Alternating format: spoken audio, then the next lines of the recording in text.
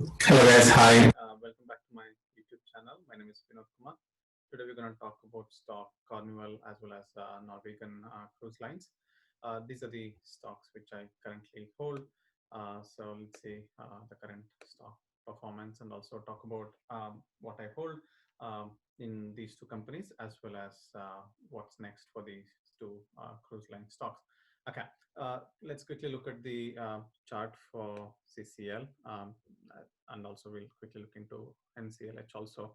So if you look at CCL for the last week, it's been choppy. It's been trading around $16, as you guys can see.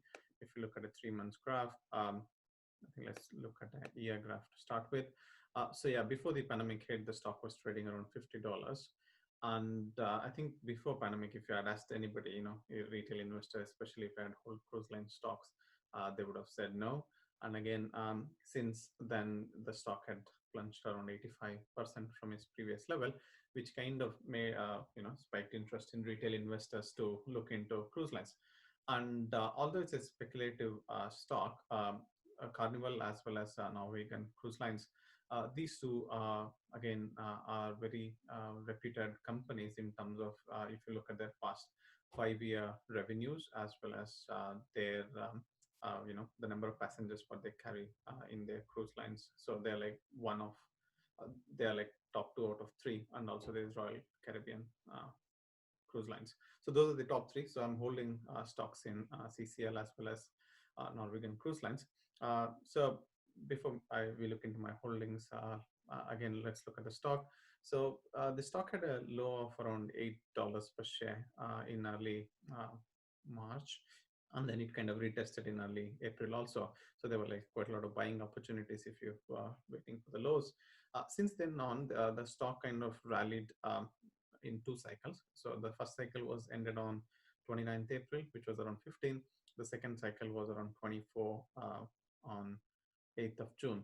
So then since then on, the stocks kind of is in a downward trajectory.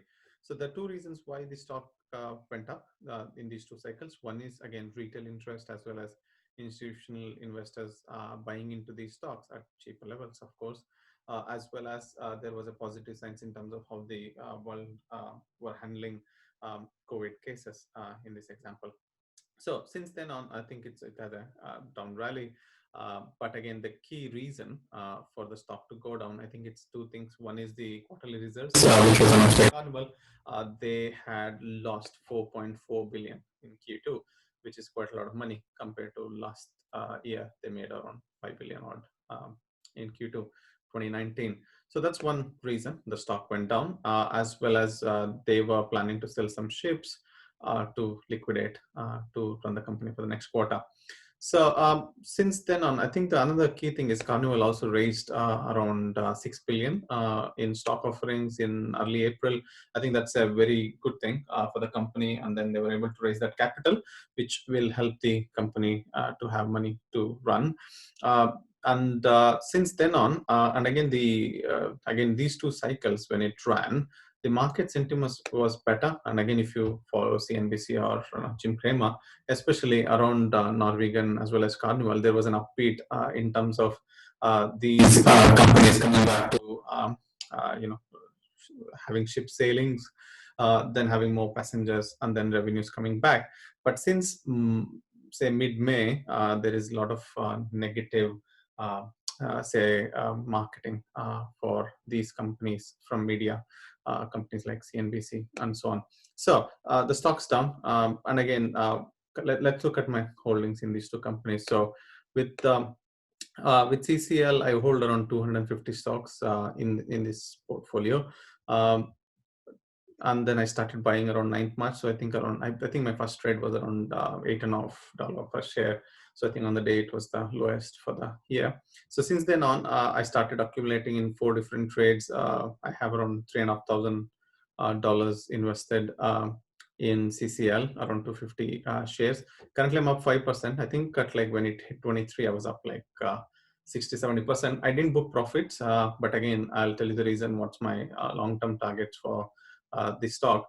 And also, I think I did book profit in CCL, but I think I was holding a very short position, let's say position like around 120 odd stock in another portfolio. I think I booked that one at like, I think I similarly I bought it at 9 and sold it at like 23. So, and with regards to Norwegian Cruise Line, similarly, I have 226 stocks. And again, this is just to hedge my bets against CCL. Again, these cruise lines have they're high risky stocks. As you guys know, it depends. It completely depends on how the pandemic is going to turn out. You know, like if they can start operating in September, October, it's positive for these two companies. But if they're not, I think they're in high risk of bankruptcy, which means that if you put all your eggs in one basket, there is a chance of losing that money. So that's why I'm kind of putting similar amount of money in even Norwegian Cruise Lines. As you guys can see, I've done 3 trades, and again, I started accumulating only in June, since you see the downtrend here.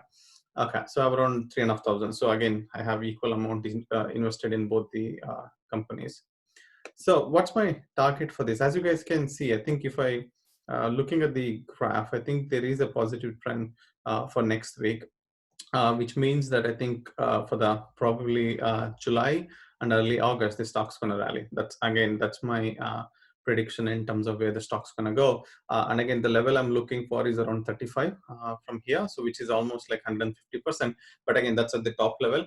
But a conservative one would be around 28 to 30, which is still 100% from here on. And this may happen in 6 weeks or 6 months. But again, my target is usually around 100, 150%. I think I'm invested in these companies for probably 6 months to 18 months. So usually, I think on a short term, even though it may be choppy, on a longer term, the companies will turn around. I think 2 key information which will drive the market is market sentiment in terms of how it's been portrayed in media. For example, is there positive press or negative press? That's key for the stock, as well as how US current or across the world, how they handle the pandemic. If they were able to operate back from September, October, I think then they can have cruise going around. A lot of people who are booked can go around, and that means they can realize a lot more revenues, which means I think it's a turnaround for the company. So those 2 are the key 2 attributes which I would look for. And again, stock's going to be volatile, but I think according to me, the stock has hit all lows early March, April. So I don't think it's going to go back to that single digits again. But again, it may probably go back to 13 levels. And again, it's a good buying opportunities if you're not already into it. And again, personally, I would load some more stocks if it goes further low. But again, as I said, I'm in for longer term with these 2 stocks. And again, one of the reasons I said market sentiment is key thing. I think these 2 rallies which happened from sub 9 levels to 23, I think it's primarily to do with media perception. As you guys can see, Jim Cramer was positive till around mid-May. Stocks are fine, and then since then on, he's been quite negative, even in Twitter as well as in Mad Money or Squawk on the Street. So it's not going to help the stock much better. So there will be a lot of short selling. On a longer term, though, if you look at the quarterly revenues or annual revenues of these 2 companies, they were like around trading around 4-5 billion every quarter. So which means there is potential, but again, not everyone is cruising currently, which means does not mean that not many gonna cruise again. So everybody's gonna cruise again, probably not this year, probably next year. So if your time horizon is like 6 months to 18 months, it is good to invest in this stock. The stock has taken quite a lot of beating, and even like let's say if you get in at 15 levels, it goes to 10. It's a good to average at those levels. And again, there is potential for the stock to go higher from what you invested. It is a little bit speculative, a little bit risky, and it depends on how the pandemic is handled and when they can operate back again, as I said. Hopefully, you like this video. If you hold stocks in CCL, as well as Norwegian Cruise Line, give me a thumbs up on the like on the channel, as well as please do subscribe for my video, which shows that there are other retail investors watching this one, which gives me confidence to make some more videos. Thank you. And also do a link for other stocks which I own. So please do have a look at those.